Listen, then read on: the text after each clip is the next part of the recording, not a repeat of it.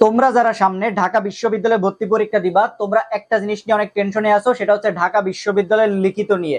তোমরা ভাবতেছো যে ঢাকা বিশ্ববিদ্যালয়ের রিটেনে কি আসবে না আসবে, এটা নিয়ে অনেক টেনশন করতেছো।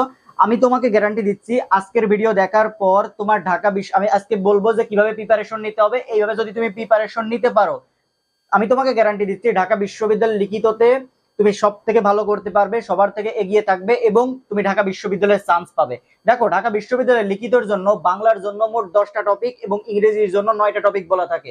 তুমি কি জানো ঢাকা বিশ্ববিদ্যালয়ে বাংলার জন্য 10টা টপিক বলা থাকলেও সেখানে মাত্র 2টা টপিক থেকে 15 মার্কের প্রশ্ন করে, আর ইংরেজির জন্য 9টা টপিক বলা থাকলেও সেখানে মাত্র 2টা টপিক থেকে 15 মার্কের প্রশ্ন করে।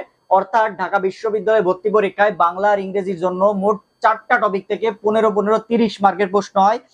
আর 10 মার্কের প্রশ্ন হয় তোমার ওই ওই সবগুলো টপিক মিলিয়ে 10 মার্কের প্রশ্ন করে, মানে র্যান্ডম কোশ্চেন করে। এখন এই 4টা টপিক কি?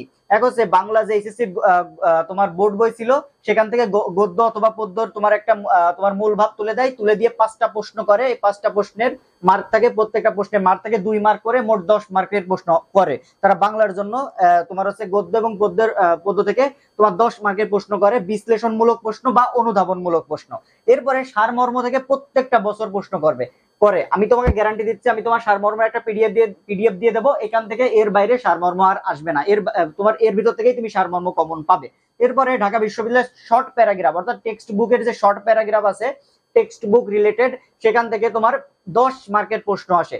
এবং ঢাকা বিশ্ববিদ্যালয় ইংলিশের জন্য আর একটা জায়গা থেকে প্রশ্ন আসে, সেটা হচ্ছে সেন্টেন্স মেকিং। সেন্টেন্স মেকিং থেকে 5 মার্কের প্রশ্ন আসে, অর্থাৎ 5টা সেন্টেন্স মেকিং দেয়, সেখান থেকে 5 মার্কের প্রশ্ন আসে। এই সেন্টেন্স মেকিং আসে টেক্সট বুক থেকে। অর্থাৎ এই 4টা টপিক তুমি যদি ঢাকা বিশ্ববিদ্যালয়ের জন্য পড়তে পারো, আমি তোমাকে গ্যারান্টি দিচ্ছি ঢাকা বিশ্ববিদ্যালয়ে তুমি সব থেকে ভালো মার্ক পাবে এবং সব থেকে রিটেনে সব থেকে ভালো মার্ক তুলে আনতে পারবে।